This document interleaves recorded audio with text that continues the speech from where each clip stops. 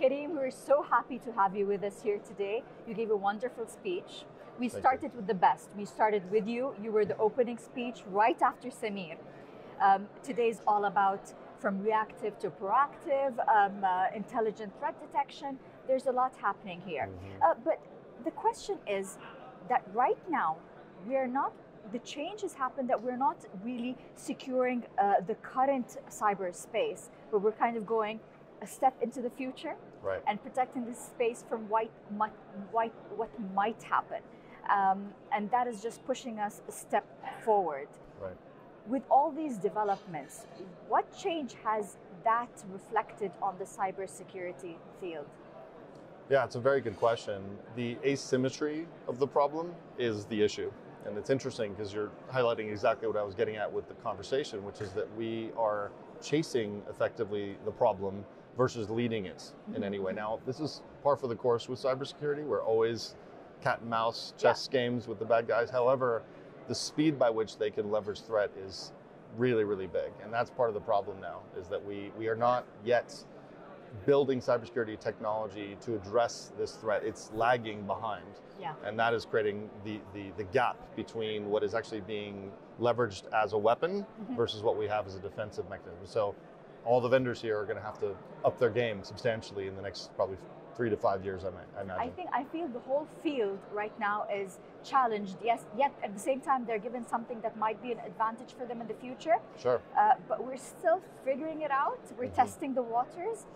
You mentioned something that your son uses AI for his homework. I mean, but that just reflects the very usage of people who are using it on a daily basis. I mean, the common end user today is using it because, as you mentioned, the scope is huge, the efficiency and the speed is also very high. But right now for an end user, what are the concerns that they need to consider when it comes to accuracy of information or how ethical that is?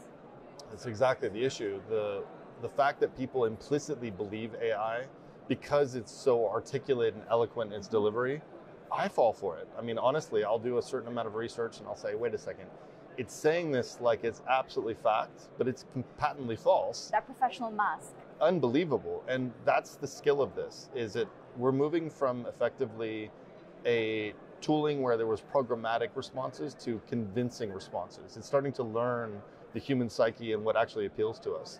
And so part of why I brought my son up, frankly, is because what he's doing is he's saying that's more accurately, or what appears to be more accurately written than what I would be able to do, so I'll just go with that.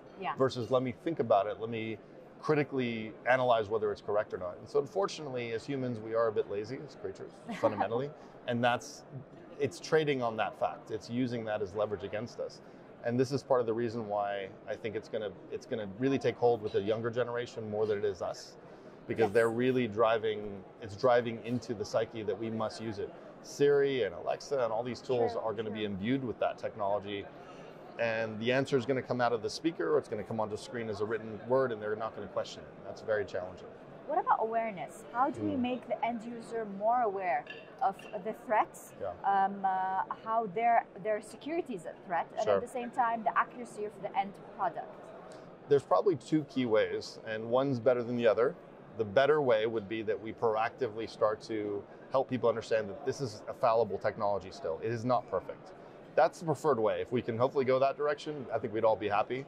Sadly, and in classic cybersecurity capacities, some compelling event might happen that results in people going, oh, but now we have a problem, becomes a big issue that rises to government level, then compliance gets pushed down, but that's a 5 to 10 year process. So unfortunately, speed is again the problem here. The longer we take to sort of address these problems, the more that they're going to manifest.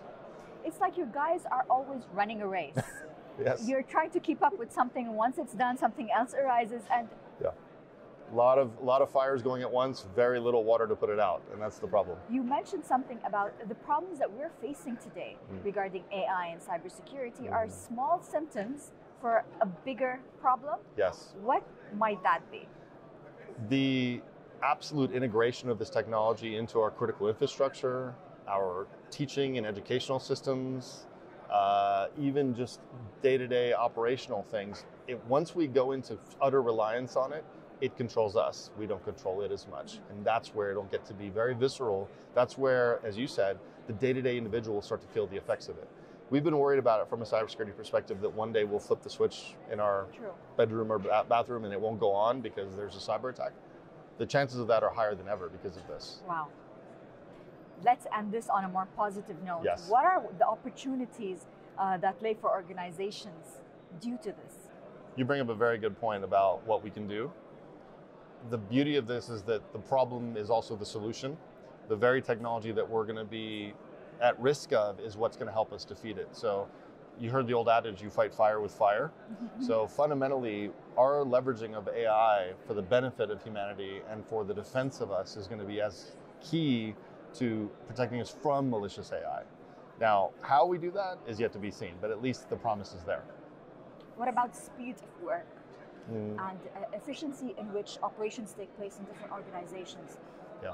Is that really an advantage, or is it just, as we said, something that we believe just because it has that professional mask? I think there's an advantage. It does come with some, admittedly, some sacrifice, and that will include jobs that once people held, now AI will take over. There's a lot of worry within the cybersecurity community that somehow people will believe that it's more cost effective to have a cyber AI analyst that lives on a machine that never takes breaks, never goes for lunch, never does anything, and that will take over. But I'll be honest, at least within our realm, you still need a human element to look at things. We're not quite there yet to take over entirely. Now, other areas, yes, there's risk. Hopefully we'll have you here next year. Hopefully. What are the developments that you anticipate to see? So hopefully you'll be here next year on stage. What topic would you like to see happen on ground so you can talk about it on stage? So a little bit foreboding, but I think it's going to be the battlefield and the status of the fog of war that's happening, because right now it's already begun. But we're at the earliest stages of the first strikes against each other. I think by next year we're going to be in full-blown cat and mouse, as you put it. Right now it's just the earliest stages of it. It's still adversary versus adversary, human versus human. The AI is being introduced as a weapon on both sides, so we're going to see where this plays out by next year, and I think it'll be in full swing. Looks like we're up for a very exciting run. Very much so. Thank you for being here, Karim. What a pleasure. Absolute pleasure. Thank you, George.